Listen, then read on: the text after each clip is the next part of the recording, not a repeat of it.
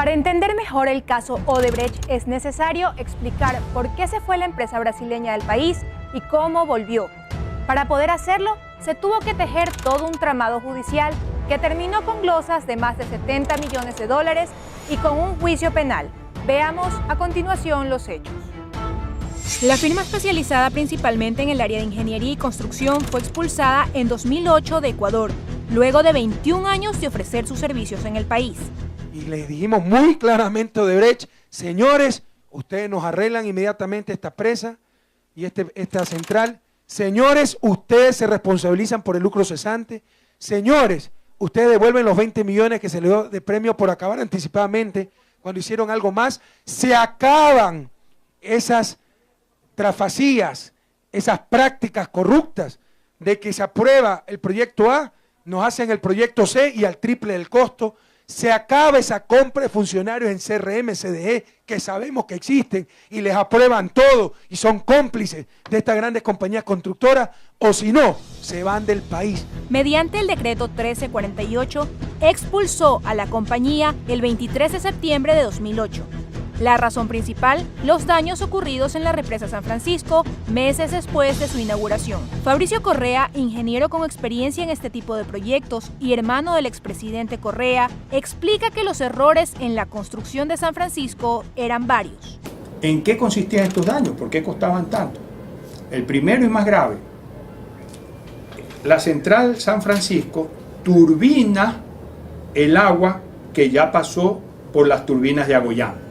Con eso usted se ahorra la represa, porque la represa queda arriba y turbina dos veces, en Agollán y en San Francisco. Pero, si por reparaciones o por daños hay que parar la producción en Agollán, ¿cómo hacemos para seguir produciendo en San Francisco? Luego estaba la chimenea de equilibrio para los golpes de ariete. Eso estaba mal hecho. Y finalmente, de lo más importante que recuerdo, el diseño contemplaba captar el agua de refrigeración de un manantial y unas vertientes que quedaban lejos porque era agua pura. Y ellos, para ahorrar esa plata, tomaron agua del mismo río que tenía mucho sólido en suspensión, y la consecuencia de eso fue que se quemaron las dos turbinas por sobrecalentamiento porque todo el sistema de refrigeración se llenó de lodo. Lo sabe porque afirma que previo a la expulsión de Odebrecht de Ecuador, acudió a donde Fabio Gandolfo, entonces gerente de la compañía brasileña, en representación de su hermano junto a otro testigo, como emisarios de un mensaje claro. Me dijo, por favor, ahora sí de parte mía, del presidente, vete, visítalos y dile que donde no me arreglan la central, los voto el país. Que no estoy jugando, que no estoy bromeando y sin intermediarios. Y así ocurrió. Entonces, esta gente no sé si está acostumbrada a tratar con gobiernos a los que pueden ablandar, a los que pueden coimar, pero con nosotros se equivocaron del medio a la mitad.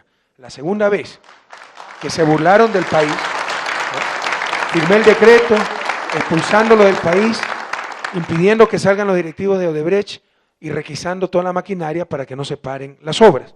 En el documento donde se declaraba emergencia nacional por la paralización de la central hidroeléctrica San Francisco, se dispuso la movilización de las Fuerzas Armadas para la custodia de los bienes e instalaciones de los proyectos manejados por Odebrecht, es decir, Toachi Pilatón, Carrizal Chone, Baba y Aeropuerto de Tena, y la requisición de todos los bienes muebles e inmuebles de la compañía. Asimismo, se le suspendieron los derechos constitucionales y se prohibió la salida del país a 4 funcionarios de la constructora: Fabio Adriani Gandolfo, Fernando Besa, Luis Antonio Mameri y Eduardo Gedeón. Estas acciones tensaron las relaciones diplomáticas entre Ecuador y Brasil en noviembre de 2008.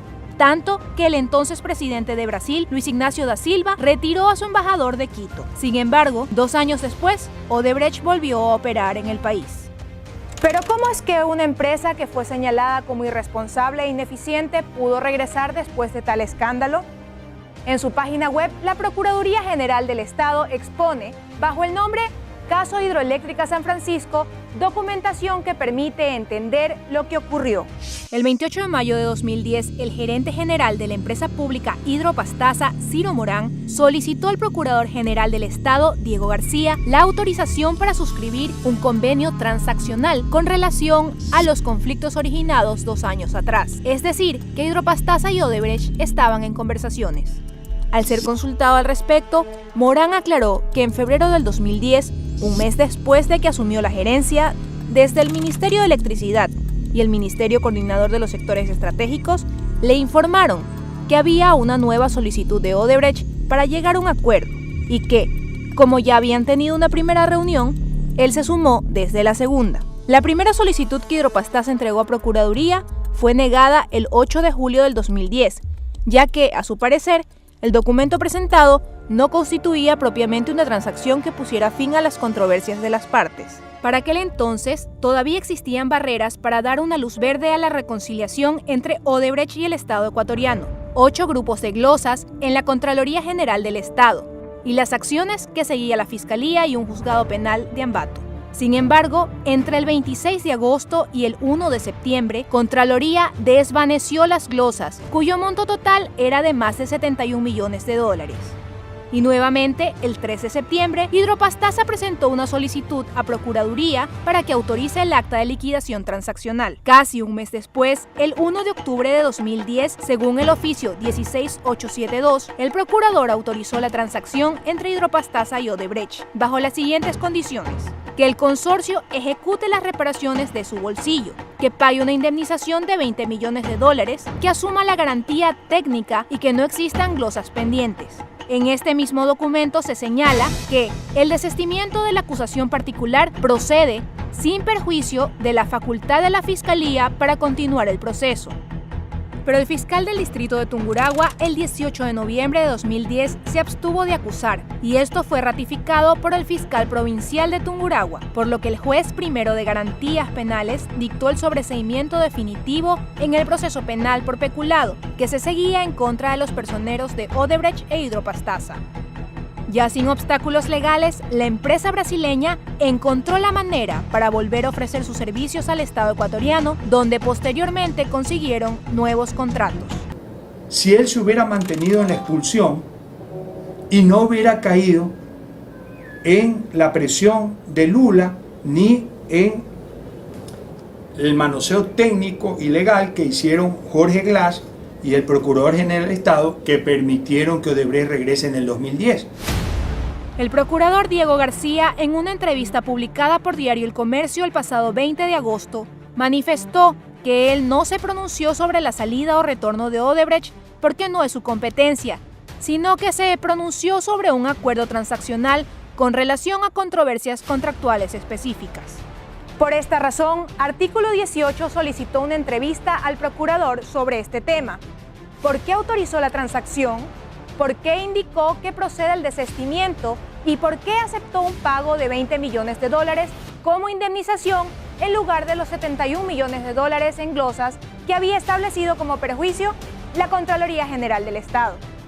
¿Acaso no fue esa autorización y ese desistimiento los que permitieron el regreso de Odebrecht?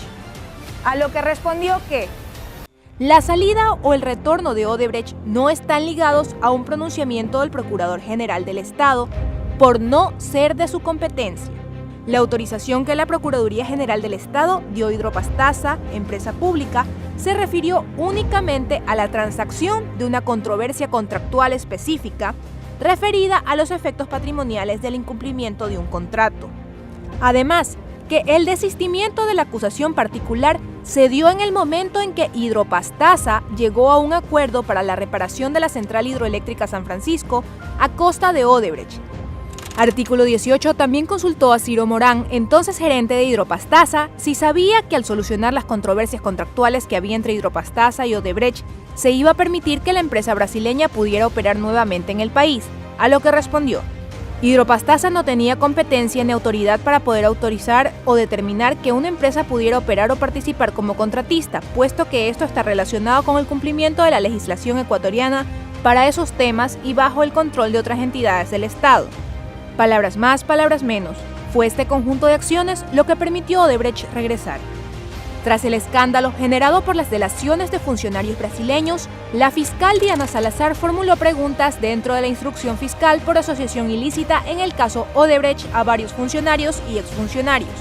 El pasado 31 de julio, en su versión libre y sin juramento, Alexis Mera, exsecretario jurídico de la presidencia, dijo que no participó en los acuerdos que realizó Ecuador con la compañía Odebrecht para retornar al país, ya que esas negociaciones las hacía el señor entonces ministro Jorge Glass Espinel. Por su parte, Jorge Glass, vicepresidente de la República, en su versión, asegura que tras la expulsión, vino una misión de Odebrecht al Ecuador con la intención de responder ante el Estado ecuatoriano por las fallas constructivas, que, como es de dominio público, hubo una suscripción de una carta transaccional, y que sí tuvo algún tipo de participación en las negociaciones, donde su rol fue establecido en los reglamentos, dentro de la ley, exigiendo las reparaciones. Yo como hermano mayor, y en esto sé que voy a recibir muchas críticas, yo sigo pensando que Rafael no se ha llevado un peso.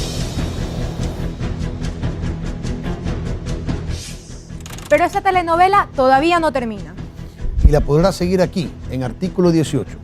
Los esperamos el próximo domingo a las 21 horas en Canal 1.